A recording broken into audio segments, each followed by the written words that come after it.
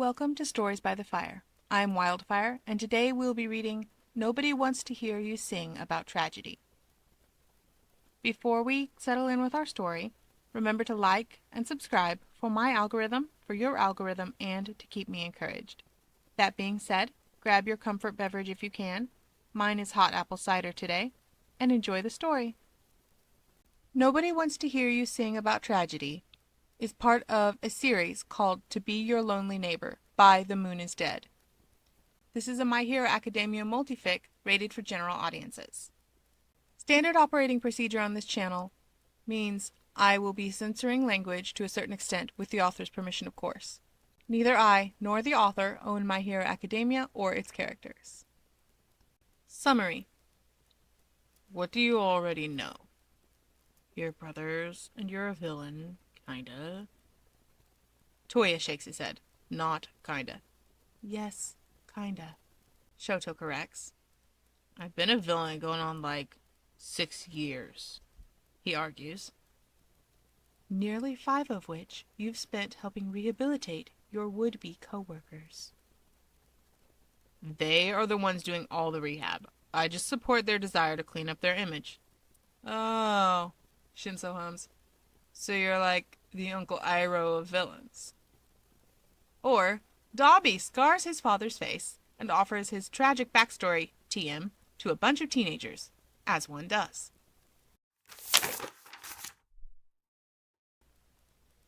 So let's kill him, Touya declares, upon being informed that Shouto has just left Recovery Girl's care.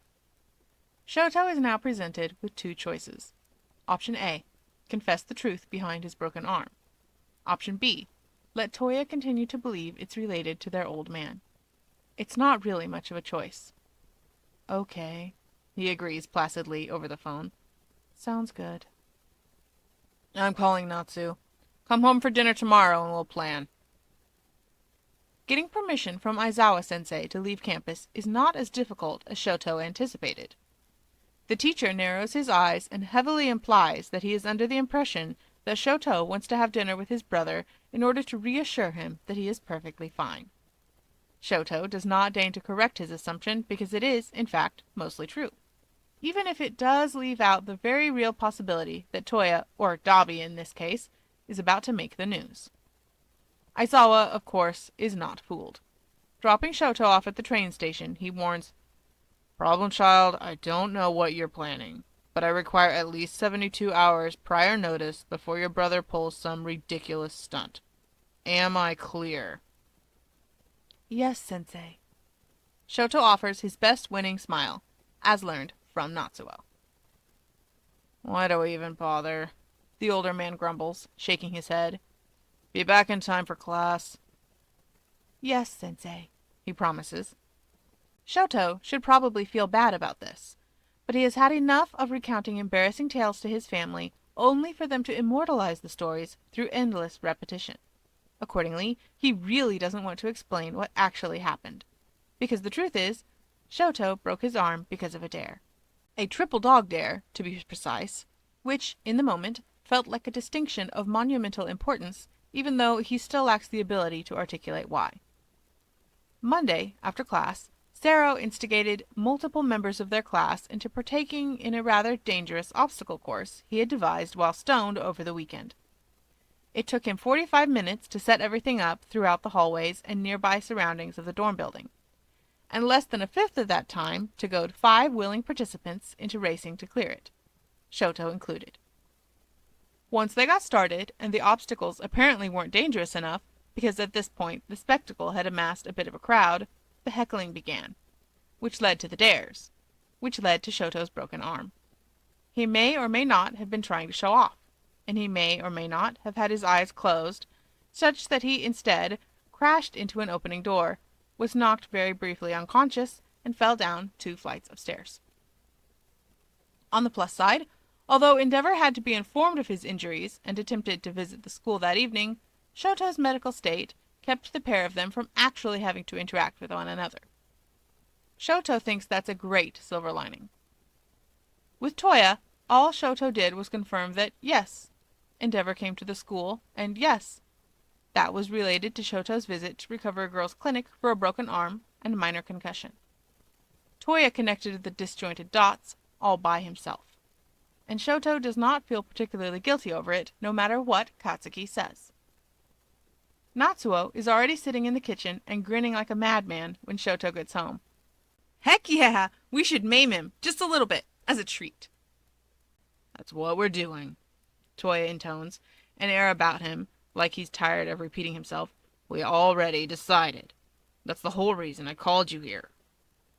Yeah, just making sure we're not doing, like, an actual murder instead of just, a vibe check. Shouto allows. Yumi ni will probably disown us if we kill him for real.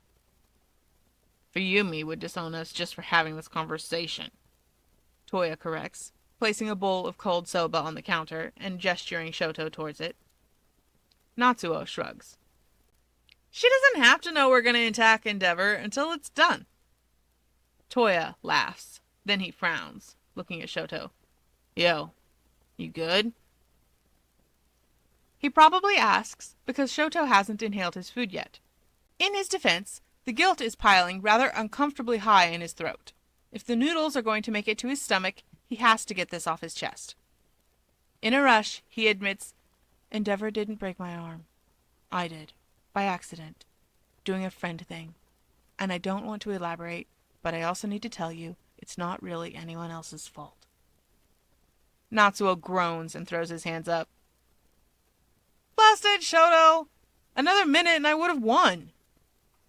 The concern melts away from Toya's features. Pay up, Natsu. Should have known better than to bet against me.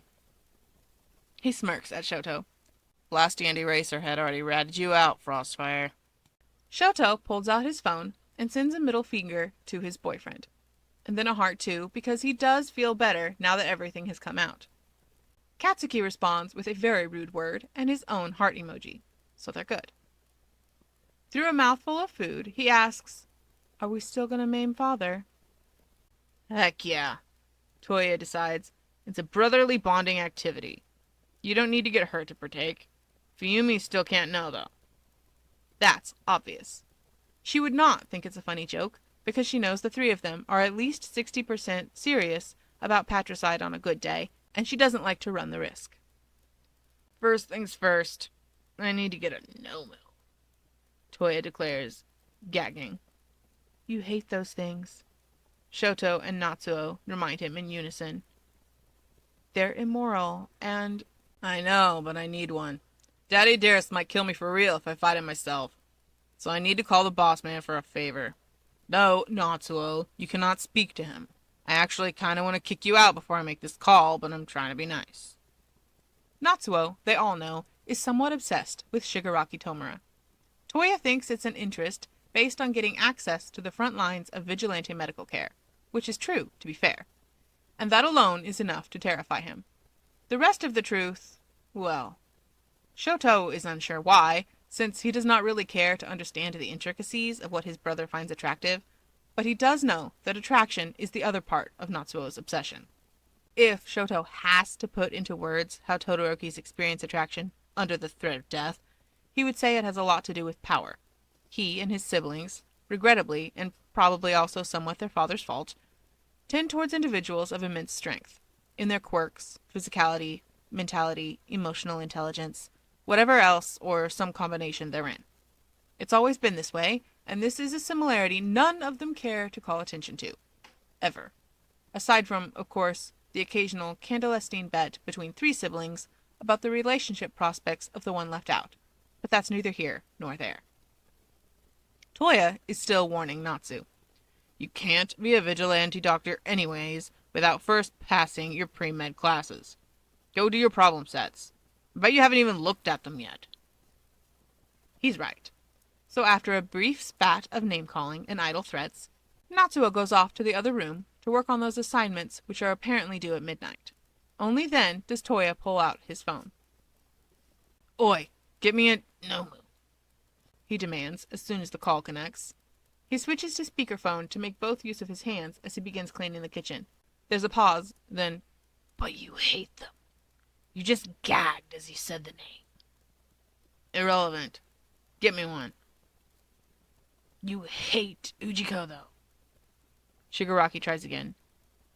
He won't just let you take one of his precious little messed up immoral science projects. Which is why I told you, Dabi repeats, to get me one. If you send me to his flipping lab, I'll just torch the place with him inside, and I actually need a Nomu for once. That fireproof one he brags about. Touya likely hopes their father can kill it properly during the fight he's orchestrating. The best case scenario would be for the Nomu to deal serious damage to Endeavor while being destroyed in the process, such that both Enji and Ujiko are greatly put out. Sounding disinterested, Shigaraki sighs. Whatever, I'll see what I can do.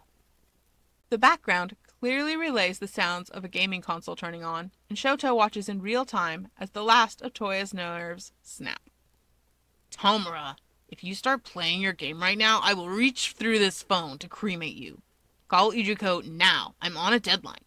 I need that Nomu for Saturday. You do know that I'm the party leader, right? Wanna test it? Touya remembers himself, rinsing out the cheap dish soap that got into his hand seam. Oh crap, man. Listen, do me this favor and I'll play video games with you tomorrow night. Immediately, he barters. Any game I want. 8 hours. And it has to be Friday. You're already coming tomorrow for that dinner with Big Sis for the release of her podcast. 8? Touya takes a breath. Dusty, I just told you I'm scheduling a fight for Saturday. I can't spend all of Friday night red-eyed with you and then handle the Nomu right afterwards.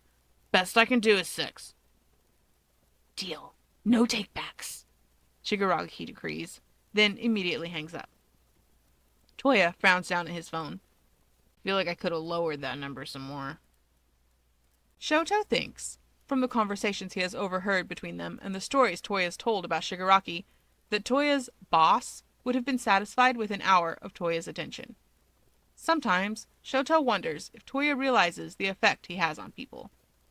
If Shouto occasionally feels sibling jealousy about their relationship and the time Touya spends at the League instead of him and the others, then he's sure that Shigaraki Tomura, with his no doubt isolated childhood full of insecure attachments, is the same. He doesn't say that, though. Yeah, you got played. Anyways, where is this plan taking place? Touya sighs, then gets back on track. He pulls a tray of salt and pepper chicken out of the oven, where it presumably has been keeping warm. Time to call the bird. You think #1 Endeavor fanboy Takumi Keigo will help us maim our father for some chicken legs in his own city? Touya grins at Shouto's incredulity. I think he'll hear me out for 24 chicken legs and a promise not to kill him. He's only known us for a couple of months. Shouto winces. Touya grins wider. Well, his bold obstinance has always been something Shouto admires. Touya bulldozes his way through the conversation with the confidence of a man who loves a challenge and usually overcomes them. He waits until Keigo has thanked him excitedly for the food before he announces, I'll be working in your city with a Nomu on Saturday. Invite the bastard with you on afternoon patrol and make yourself responsible for the civilians. Excuse you? Keigo puts down his chicken. Part of Shouto thinks he should have known something was up when, unprompted, Touya prepared him a surprise dinner and didn't make him change out of his hero uniform before inviting him inside. You think you're doing what in my city? I'm just gonna threaten him a bit.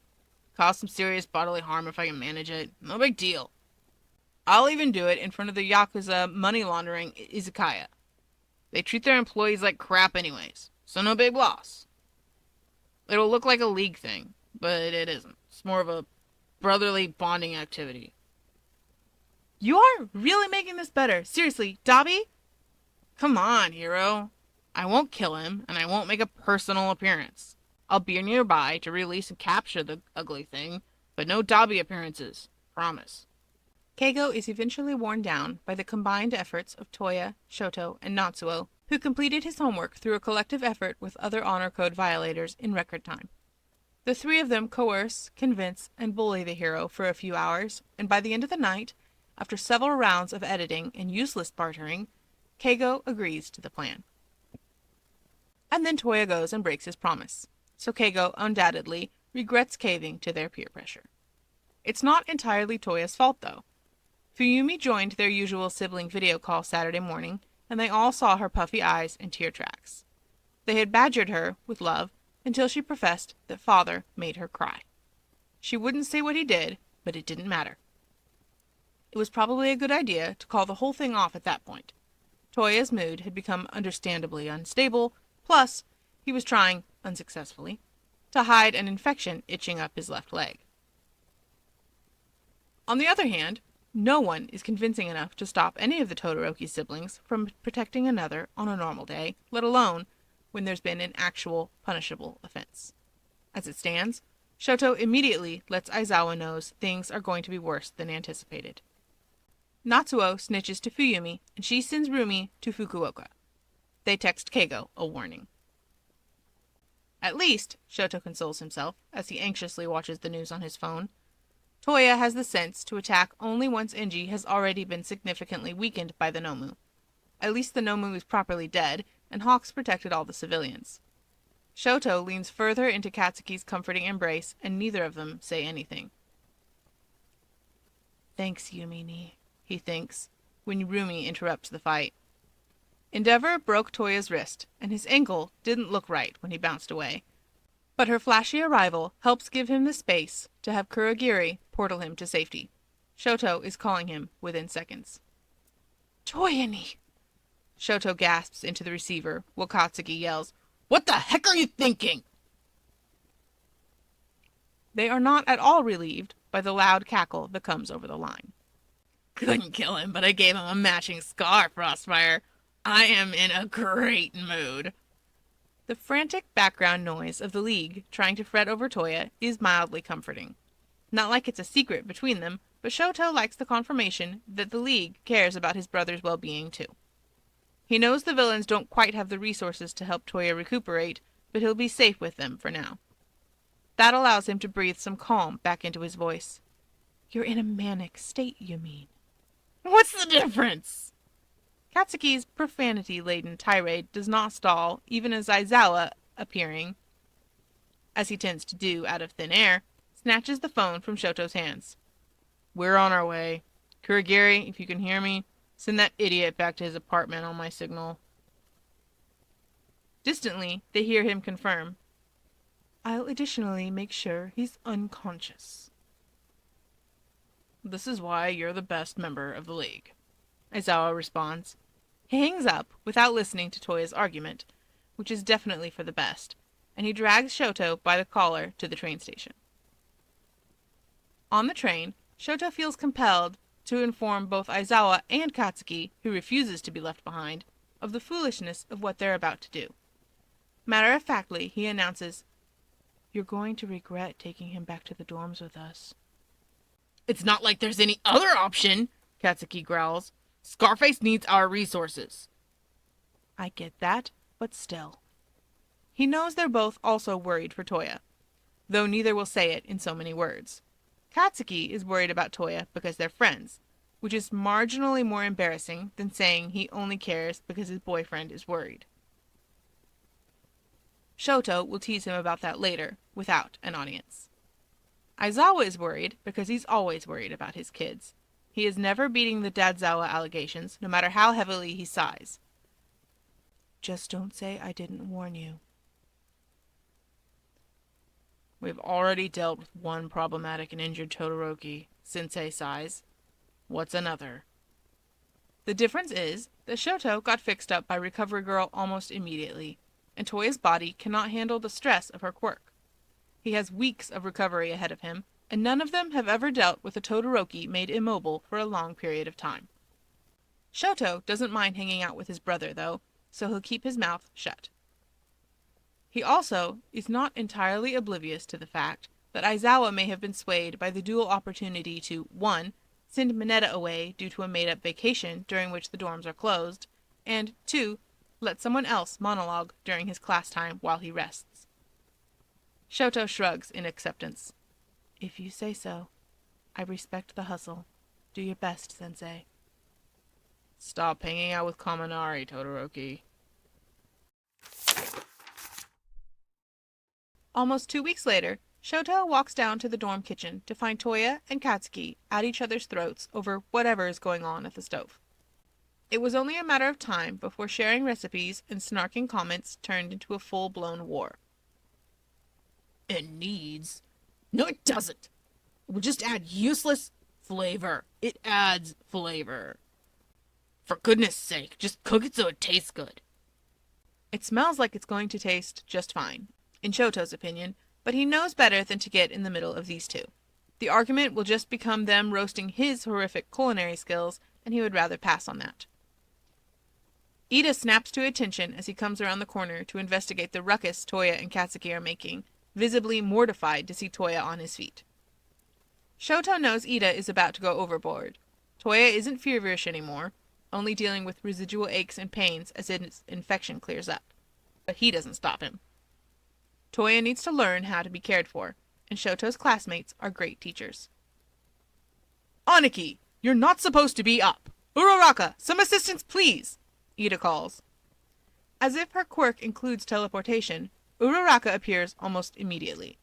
Touya snaps. Don't float me out of the kitchen, Bob the Builder. I'm trying to help your taste buds. You're trying to clog our arteries. Katsuki disagrees. It's healthier and tastes good without... Touya groans. Go take a mud bath with that crappy hero diet crap. Some of us want to survive to our 30s at the very least, which isn't possible with all the crap you put in your body. And some of us don't want to eat just sawdust. Touya returns, finally settling onto the couch once Uraraka obligingly relocates it so that he can see what Katsuki is doing. Eye twitching, Shouto's boyfriend snarls. Why wouldn't it have been your jaw that broke? Wouldn't have made much of a difference, seeing as I don't have a whole one to begin with. Pardon? Ida coughs. At this point, most of Shouto's friends have made it down to the kitchen, so their class representative is speaking for the majority of the room. Touya tilts his head. I'm missing part of my jawbone. That's old news, kid. Keep up. Shouto rolls his eyes. Keep up, he says, like any of them have heard the story. Well, Shouto has told Katsuki and Izuku and Momo, but that's beside the point. Before anyone shares that lore with us, I need 4 seconds to get prepared, Kaminari announces. Okay, I'm ready when you are. Shouto looks at his brother, and Touya groans. Don't look at me. These are your friends. Besides, you're the snitch, and it's like 25% your business anyways. Heavens, it's bad, isn't it? He's 2/5 staples and 75% burnt skin. Of course it's bad. Izuku says, You don't have to share if it will only serve to re-traumatize you. Either of you. It's been over 4 years since we reunited. We should probably be able to talk about the before without being in the middle of or inducing a mental breakdown. Healing happens at whatever pace you need. It's not linear. You shouldn't rush it. However, at the end of the day, Touya and Shouto share the same attitude, mostly fearless about some things. So when Shouto tells Momo, but maybe we should check it, it's in the same breath that Touya adds, let's mess around and find out. What do you already know? You're brothers, and you're a villain, kinda. Touya shakes his head. Not kinda. Yes, kinda, Shouto corrects. I've been a villain going on like 6 years, he argues. Nearly 5 of which you've spent helping rehabilitate your would-be coworkers. They are the ones doing all the rehab. I just support their desire to clean up their image. Oh, Shinsou hums. So you're like the Uncle Iroh of villains. No, maybe more like Zuko? He frowns. I just like where this is going. Anyways, Uncle Iroh. This is a discussion they have had ad nauseum. So Shouto groans. You think he represents an unfair double standard and that Hama deserved better. And I'm right. Uncle Iroh definitely committed some war crimes while fighting for an imperialist oppressive nation, and we only see him redeemed. Hama, on the other hand, is fighting against said crappy nation for the survival of her people, and she was only vilified for it. I still love Uncle Iroh, of course, but that's bull. Justice for Hama. Kirishima nods. Oh, I am with you on that, 100%. That's because you adore strong, violent women, Su-chan observes, without judgment. Yeah, and? Mina smirks at her boyfriend's side, and there's a chorus of valid and that's a good point echoing through the room. And back to Aniki here. Shoji interrupts before anyone can begin to wax poetic on the subject. We also know that you want to abolish Hero Society as it exists now. Oh, and kill your dad. Can't believe we left that out. Touya frowns. You don't seem concerned. It's not that we doubt that you can. We kind of assumed he did that to you, so, it's deserved. Satisfied, Touya relaxes back into the couch. So you haven't heard the story about how I died. Immediately, Shouto says, I'll tell them. Affronted, Touya glares at him. It's my death. You'll make too many jokes, and it won't lighten the mood, because my friends are better adjusted than us. It doesn't even work on the other two. Touché, he allows, still clearly annoyed about it. But try to remember that I'm not actually dead. Don't tell it in your usual funeral dirge voice.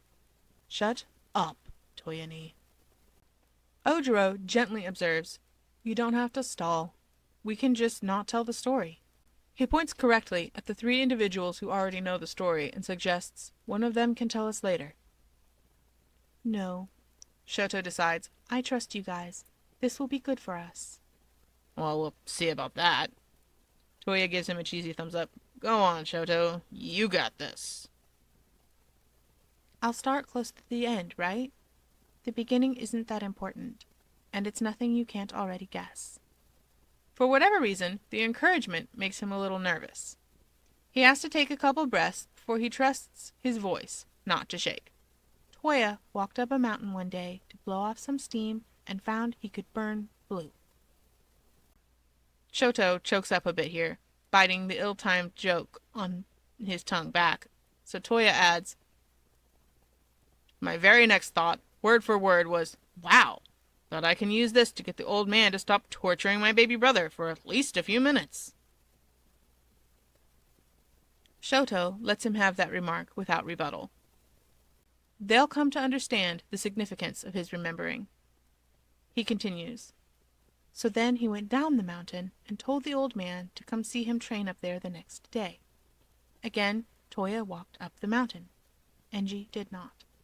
Touya waited, had a small panic attack and a larger subsequent anger attack, then lost control of his new flames. Didn't kill me, though, he gently reminds Shouto, and the room as a whole, since the mood has noticeably shifted. Passed out and left behind some on my jaw, but I did wake up again. He stayed conscious long enough to get emergency medical care, Shouto nods, but he had his recovery hijacked by Ujiko, who snatched the John Doe kid out of the hospital and put him in a coma for nearly 3 years. We all thought he was dead when Enji found Toya's jawbone the next day. He removed Touya from the family register and forbade us from saying his name anymore. He made sure we resumed business as usual 2 weeks after the private funeral. I woke up from the coma eventually, but I didn't go back to the manor. Apparently, Ujiko wanted to try to make a Nomu out of a living person. Instead, he induced temporary amnesia. Vehemently, Touya vows, if the Hippocratic Oath was actually binding, it would rip that horrible human being's spine out through his butthole. But clearly, we live in godless times. Shouto doesn't stop Ida from scolding Touya for his language, as well as Shinsou and Katsuki and Jiro for snickering too loudly, because he needs a second to bite back his own inappropriate amusement. He clears his throat and picks up the story again. It took a year of living on the streets before Touya was able to remember his life. plus 8 months of detoxing and overcoming some serious emotional duress. And then I completed my Nostos like Odysseus. Sarah whines. Do not sneak a literature lesson in here. I'm gonna tank that in-class essay. Don't use anything said just now to understand Odyssey, Katsuki warns, making eye contact with everyone he suspects of being likely to do so. The parallels are all way off, especially since you all know crap about the actual story. Got a lot of nerve crying Midoriya a nerd when you're a geeky bully. Do you want to die? Touya found us, and now we see each other all the time. Last year, he moved into a very nice apartment, so it's been even easier to hang out. Shouto smoothly interrupts before his boyfriend starts exploding. It would be a waste of the perfectly good stew he's finishing up, and Shouto is rather hungry at the moment. So, ta-da, everyone is caught up. The end. Not bad, Touya concedes. I don't feel like crap. Thanks for the glowing review. Shouto deadpans. But he feels the same, and Touya can tell. Look at us, healing and crap. Wait, now I have a question, Shinsou says. Hagakure whimpers. Please no more trauma stuff. Sounding incredulous, Tokoyami asks, Are you crying? You're not? Her obvious embarrassment is covered in anger. Sorry you can't read between the lines here and infer the emotional states and horror they just glossed over, but some of us aren't heartless. Clapping a hand to Tokoyami's shoulder, Kirishima promises, It's manly to cry, bro. Let it all out. I lament, he flounders. I am physically unable to cry due to the avian features of my body. Oh, sorry. Hagakure latches onto his arm opposite Kirishima. I just lashed out at you so meanly. I shouldn't have said that. I also apologize. I was merely startled. It is not my intention to mock you. Well, it's mine, Touya draws. Save that crap for when we're actually dead. And even then, don't bother. Laugh while you can. Dark Shadow coos a soft whimper, nuzzling into Touya as Tokoyami tilts his head. It sounds rather ominous when you phrase it like that, Aniki. Back to my not at all traumatizing question. Shinsou waves his hand. Not that I don't love having you here because you're my favorite Todoroki. I'm offended, Shouto interrupts. And I'm delighted. Touya smirks. Continue. Why are you recuperating in the dorms instead of your cushy apartment? Toya's face sours. Because I'm surrounded by people who worry that I'll fall and be unable to get up like some kind of disabled old geezer. No one could watch over you at your place?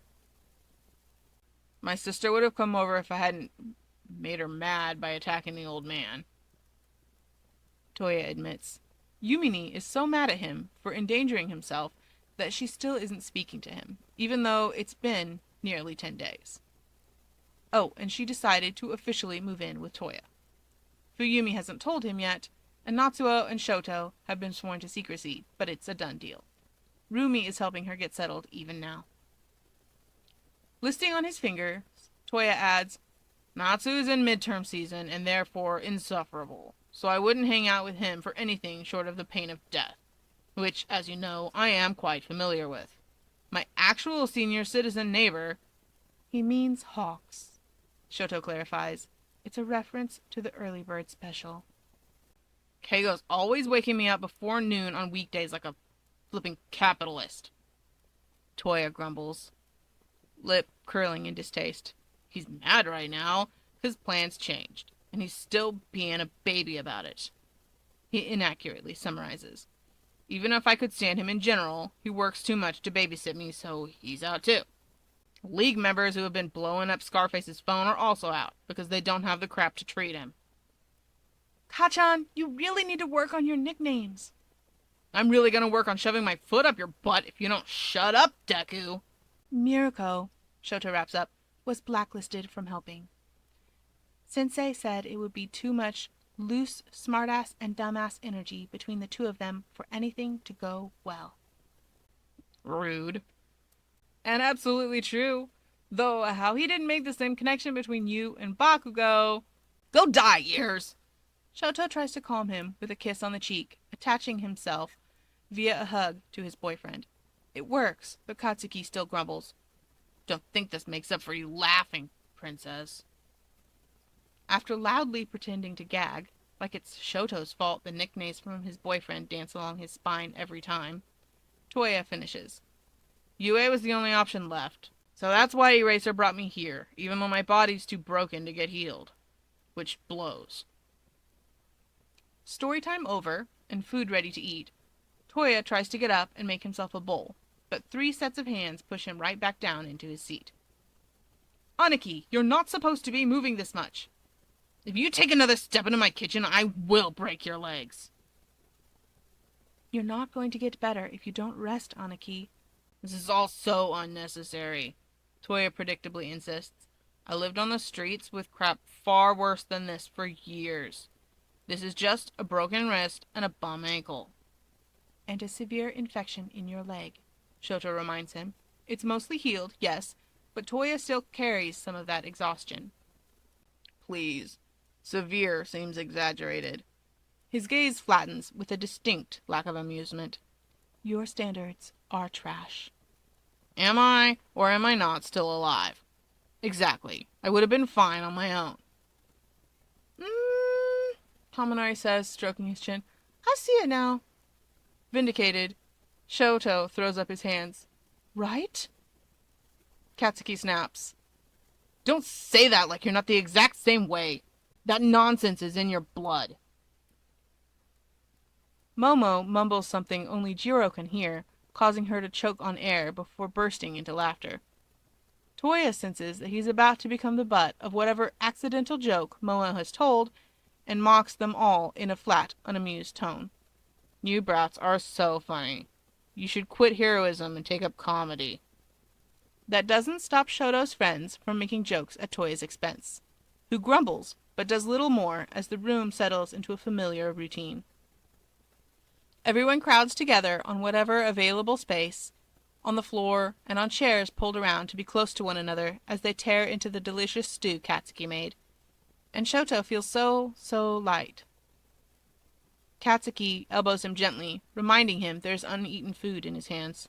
You good, sweetheart? Yeah, Shouto smiles. I'm good. I absolutely adore Big Brother Touya interactions with Class A.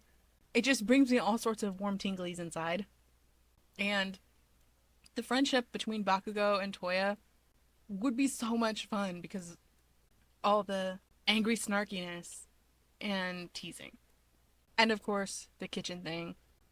We of fanon know that Touya and Katsuki are monsters in the kitchen, according to us. And I love watching them fight over it. As always, the link to the original work will be in the description, as well as a link to the Stories by the Fire Discord server if anyone wants to come chatter.